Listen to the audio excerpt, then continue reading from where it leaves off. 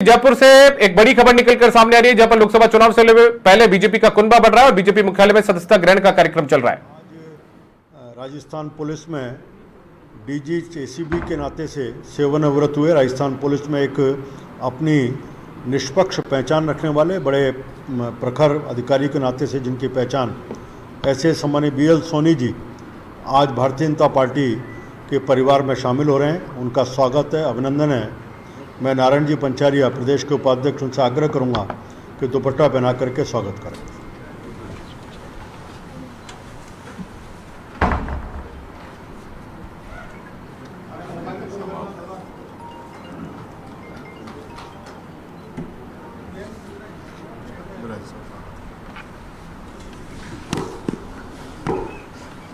मैं सोनी साहब से आग्रह करूंगा कि अपने विषय को सबके सामने।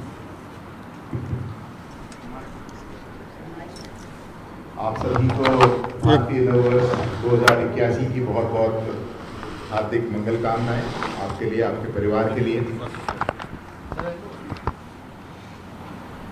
मुझे भारतीय जनता पार्टी के शीर्षस्थ नेतृत्व ने हमारे माननीय प्रधानमंत्री नरेंद्र मोदी साहब की विकसित भारत के संकल्प के बारे में विस्तार से बताया और भारतीय जनता पार्टी जो एक राष्ट्र के समग्र विकास में बहुत समय से लगी हुई है और बहुत नए आयाम हासिल किए हैं।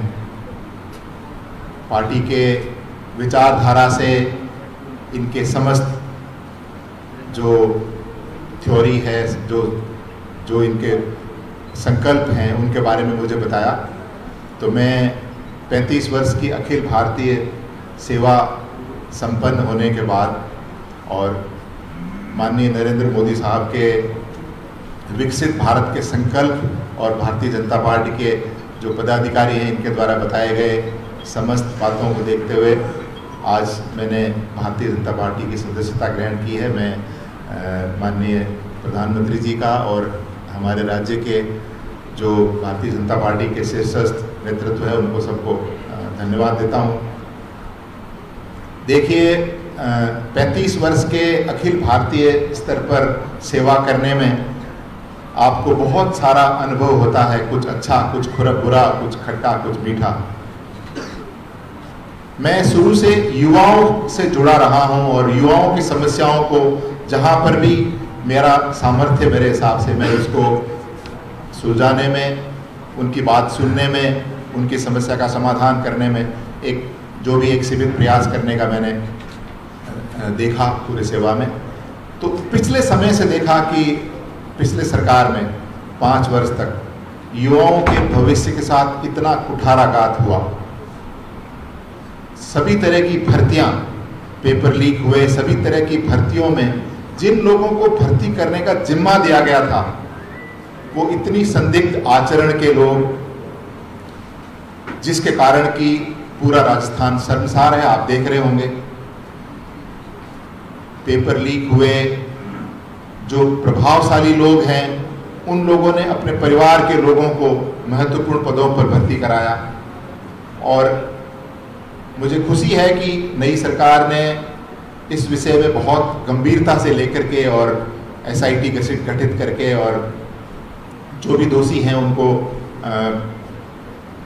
कानून के हवाले करने का एक बड़ा अच्छा जिम्मा किया है। तो मैंने ये देखा सिस्टम के अंदर रहते हुए कि युवाओं के भविष्य के लिए जो लोग अगले 35-36 साल तक हमारे राज्य की सेवा करेंगे, कोई भी आदमी RAS भर्ती होगा, RPS भर्ती होगा, सब इंस्पेक्टर भर्ती होगा, तहसीलदार भर्ती होगा, डॉक्टर भर्ती होगा, किसी भी विषय में भर्ती होगा, तो वो 24, 25, 30 साल तक होगा, तो वो अगले 35 साल तक राज्य की सेवा करेगा। तो उसमें तो बहुत ही सोच समझ के और जो राज्य के हित में जो भर्ती कर सके, ऐसे लोगों को रखना चाहिए था उस व्यवस्था में। लेकिन अपने निजी स्वार्थों से पूर्ववर्ती मुख्यमंत्री महोदय ने अपने निजी स्वार्थ, अपने राजनीतिक स्वार्थ के चलते और युवाओं के हितों के साथ बड़ा कुठाराघात किया। और हम युवाओं के लिए हमने संगठन भी बनाए, हमने उनके लिए लड़ने का प्रयास किया। अब मैं भारतीय जनता पार्टी के नेतृत्व के साथ मिलकर के एक सामान्य कार्यकर्ता के रूप में उन युवाओं की आवाज़ तो उठाऊंगा ही और प्रयास करूंगा कि जो व्यवस्था है उसमें सुधार हो। आप सभी ने देखा, देखिए सरकारें चलती है उसमें सब तरह की बात होती है, लेकिन जिस तरह से एक संस्थागत भ्रष्टाचार, क्योंकि मैं भ्रष्टाचार निरोधक ब्यूरो में मुझे करीब 3.25 साल काम करने का मौका मिला, जिस तरह से एक कैंसर की तरह इतने हर विभाग में कोई न कोई मध्यस्थ हो गए और उन मध्यस्थों के जरिए ही काम होता था। और तो और उच्चतम स्तर पर अगर कोई मिलकर के कोई समस्या बताना चाहे, चाहे कोई अधिकारी बताना चाहे, चाहे कोई व्यक्ति बताना चाहे कोई आम आदमी बताना चाहे, कोई पीड़ित बताना चाहे, तो भी मुलाकात सिर्फ किसी मध्यस्थ के मार्फत ही होती थी। और आपने देखा होगा कई मध्यस्थ ऐसे थे जो कैबिनेट रैंक से भी ऊपर हो गए थे। तो इस तरह की व्यवस्था से राजस्थान की छवि धूमिल हुई है और हमारे युवाओं के हितों पर विशेष रूप से बहुत कुठाराघात हुआ है। तो हम सभी मिलकर के प्रयास करेंगे। प्रधानमंत्री माननीय नरेंद्र मोदी साहब जो एक विकास पुरुष के रूप में कहलाए जाते हैं, जिन्होंने कि जो विकसित भारत का जो संकल्प लिया है, जो अपन देख रहे हैं जिस तरह से हमारे आसपास, जिस तरह से विश्व में हमारा नाम और ज़्यादा रोशन हुआ है, जिस तरह से हम एक शक्ति के रूप में पहचानने लगे हैं, तो हम सब मिलकर के कार्य करेंगे। और कोई भी युवा किसी भी वर्ग का हो, चाहे उसके जो भी उनकी पीड़ाएं हैं, जो भी उनकी तकलीफ़ है, हमारी कुछ सामाजिक संगठन है जिनके साथ हम लोग जुड़े हुए थे, तो उनकी भी बात को सुन करके और शीर्षस्थ नेतृत्व के ध्यान में ला करके और हम प्रयास करेंगे कि उनकी समस्याओं का समाधान हो। और ये अब पूरे देश में ये सब लोगों को पूरा बात समझ में आ चुकी है कि अगर कोई 24 घंटे में से 20 घंटे काम करके और हर समय ऊर्जा के साथ निर्णय लेकर के और देश के अंदर अगर कोई विकास कर सकता है, सबका विकास सबका साथ, तो वो हमारे माननीय प्रधानमंत्री महोदय है और उनकी पूरी टीम है। तो मैं सोचता हूँ कि उनकी टीम के साथ काम करना एक अच्छा अनुभव होने वाला है। मैं मेरी तरफ से पूरा प्रयास करूँगा कि मेरे में जो भी सामर्थ्य है तो मैं उसका पूरा समर्पित भाव से काम करूं। मैं आपको स्पष्ट रूप से बता दूं, कुछ मित्र अभी मेरे से बात कर रहे थे, मैं कभी भी मैं कोई टिकटार्थी कभी नहीं था, कभी मैं कोई टिकट की लाइन में कभी भी नहीं था। तो मैं एक सेवा करने के हिसाब से मैंने आज ज्वाइन किया है। मैं एक बार फिर से आपको नए वर्ष की बहुत बहुत मंगल कामनाएं देता हूं और शीर्षस्थ नेतृत्व को भी धन्यवाद देता हूं कि मुझे ये अवसर दिया जा रहा है। और मैं अपनी पूरी सामर्थ्य के साथ, पूरी ईमानदारी के साथ मैं अपना कार्य करने का प्रयास करूंगा। धन्यवाद। जय हिंद। एक सवाल था, आपने अशोक गहलोत सरकार के कार्यकाल में जो संस्थागत भ्रष्टाचार हुआ उसको लेकर बात करी। आप उस समय एसीबी में रहे, आपने उस समय ये बात उठाने की कोशिश नहीं की? देखिए, उस समय हमने अपने हिसाब से जो काम करना था वो किया, लेकिन आपने देखा होगा हवाई जहाज में जब आप जाते हो तो एक इंस्ट्रक्शन होता है कि दूसरे की मदद करने से पहले अपनी मदद करें। तो आदमी जब कोई भी सिस्टम में रहता है तो वहाँ उसकी एक मर्यादा होती है, उसके बाहर आदमी जा नहीं सकता, नहीं तो उसके ऊपर पैनल प्रोविजंस लागू होते हैं। लेकिन निकलने के बाद अगर आप उस चीज़ को तत्काल अगर नहीं उठाते हैं तो मैं सोचता हूँ कि आपकी मन की ईमानदारी, आपके अंदर का जो भी इनर सेल्फ है, उसको अगर आप उसके बाद भी अगर मार के रहते हैं तो मैं सोचता हूँ ठीक नहीं है। जब भी आपको अवसर मिले आपको उठाना चाहिए। और उस समय भी मैंने कई ऐसी मीटिंग्स थी जिसके अंदर की एक दायरे में बातों को उठाने का प्रयास किया। जब पेपर लीक की बातें ज़्यादा आ रही थी, जुआओं के बारे में बात आ रही थी, तो बताया गया, क्योंकि एसीबी का काम देखिए, अगर कोई फरियादी आ जाए तो उस फरियादी को अच्छी तरह से विश्वास दिला करके और करप्शन की कार्रवाई करने का है। और उसमें हमने जो जनता के साथ जुड़ाव का कार्यक्रम रखा, उसी का कारण था कि हम पूरे भारतवर्ष में सर्वाधिक ट्रैप करने वाले और सर्वाधिक सीनियर ऑफिसर्स को पकड़ने वाले और बड़ी मछलियों को पकड़ने वाले हम एसीबी के रूप में हमारी पहचान हुई थी पूरे भारत स्तर पर नंबर 1 पे।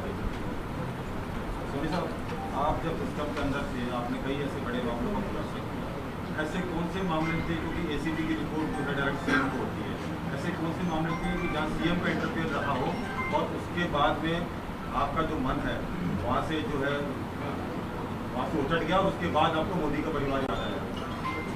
देखिए,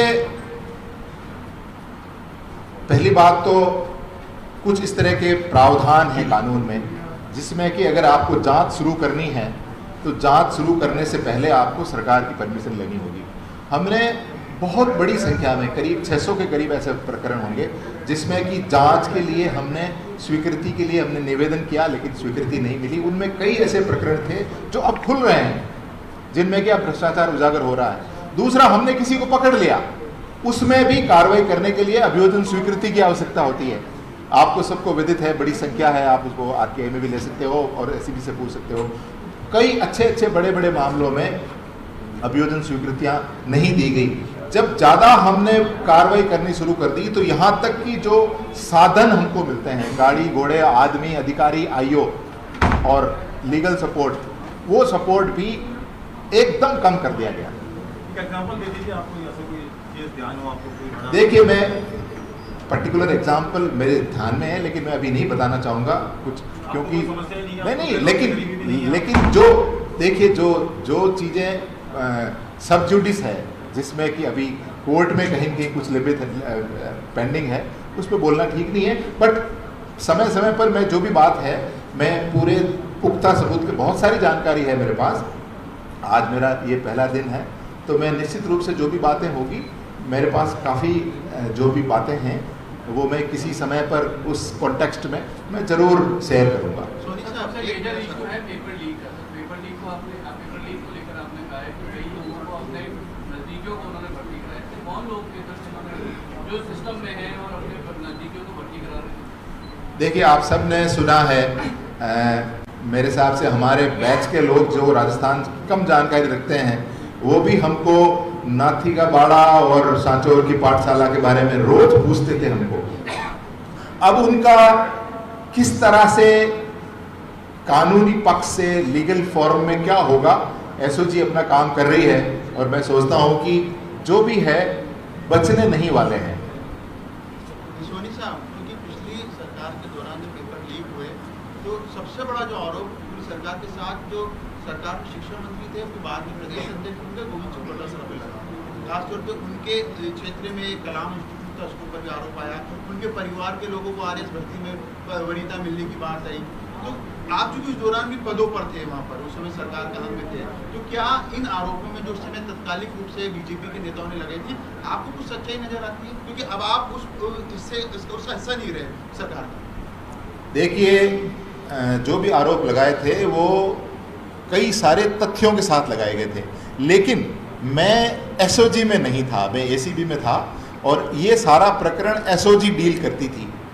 तो अब एसओजी पूरी तरह से लग रही है, पूरे समर्पण से, पूरी टीम भावना के साथ। तो मैं सोचता हूँ कि अगर कोई ये सोचे कि वो किसी भी रसूख से बच जाएगा तो मुझे लगता है कि वो नहीं बचेगा। और देखिए, कई बार आरोप बिल्कुल बेबुनियाद तरीके से भी लगते हैं, लेकिन जो आरोप तथ्यों के साथ लगे, नाम आए, लोगों के नाम आए कि इन लोगों के 80 से ज़्यादा नंबर थे, तो वो कुछ ऐसे तथ्य होते हैं जिनको कि हो सकता है कोर्ट में लीगली प्रूव करना एक अलग चीज़ हो, लेकिन आम जनता के सामने वो एक इस तरह से स्पष्टता दिखाई देते हैं जो कि हम पढ़ सकते हैं। 35 साल की सेवा आपने दी है पुलिस प्रशासन में, तो इस टाइम में जाहिर सी बात है कांग्रेस के अलावा भाजपा की भी सरकारें रही हैं, तो आपको ये करप्शन सिर्फ कांग्रेस में नजर आया या फिर भाजपा के टाइम पे कुछ देखने को मिला? देखिए, मैं जो शुरू के समय पर था तो एक फील्ड ऑफिसर के रूप में था और वहाँ पर ज़िले में इतनी बड़ी स्तर पर आपको जानकारी नहीं होती, आप अपने ज़िले तक सीमित रहते हैं। लेकिन पिछले कुछ समय से जब मैं मुख्यालय पे उच्चतम स्तर पर था और विशेष रूप से एंटी करप्शन ब्यूरो में लंबे समय तक काम करने का अवसर मिला, मैं ये नहीं कहता कि कोई पर्टिकुलर समय या पर्टिकुलर व्यक्ति या पर्टिकुलर दल में ऐसा होता होगा, लेकिन अगर है तो उसको उठाना चाहिए। लंबे समय से आपका इंतजार हो रहा था भाजपा में, क्योंकि जब ये चुनाव के विधानसभा के कि आप आ सकते हैं, उसके बाद में लोकसभा के चुनाव और उसके बाद सारी जो है पूरा चरण भी खत्म हो गया। तो ये मुहूर्त क्यों? मैं एक स्वतंत्र नागरिक हूं अभी रिटायर होने के बाद, तो अगर मुझे किसी की विचारधारा अच्छी लगती है और मैं उससे सहमत